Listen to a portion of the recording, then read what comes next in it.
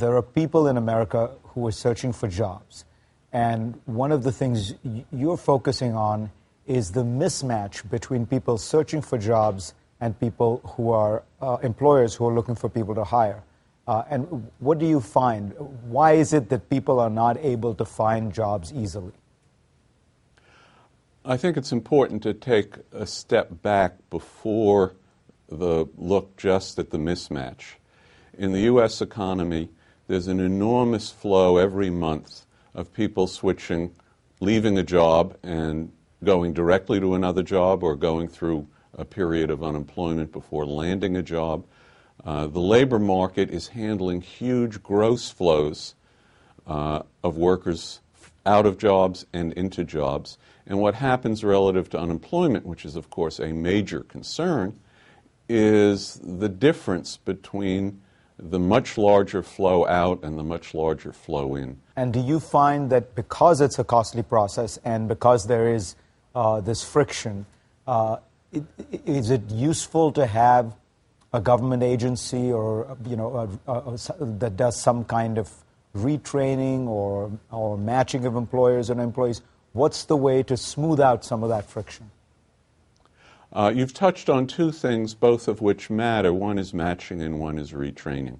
For the long haul, education to begin with, good quality education, and retraining as the nature of jobs changes is very important, and the government plays an absolutely critical role in both of those.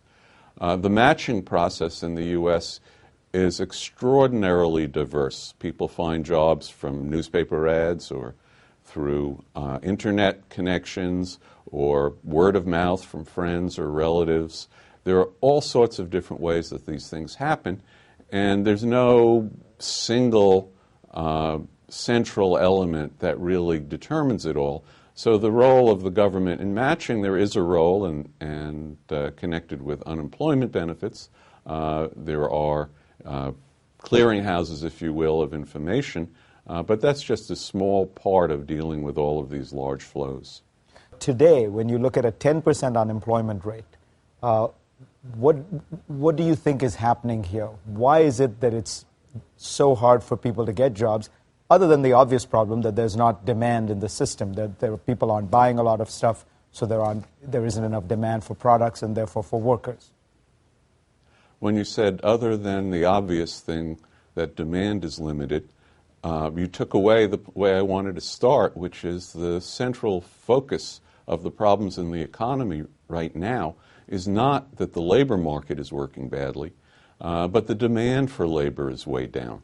And there are a number of things the government has done to enhance labor demand. And I pick out the two big ones. The original stimulus bill not only increased demand generally, but particularly by providing money to states and local governments, greatly reduced the number of layoffs early on. We're seeing the layoffs picking up now.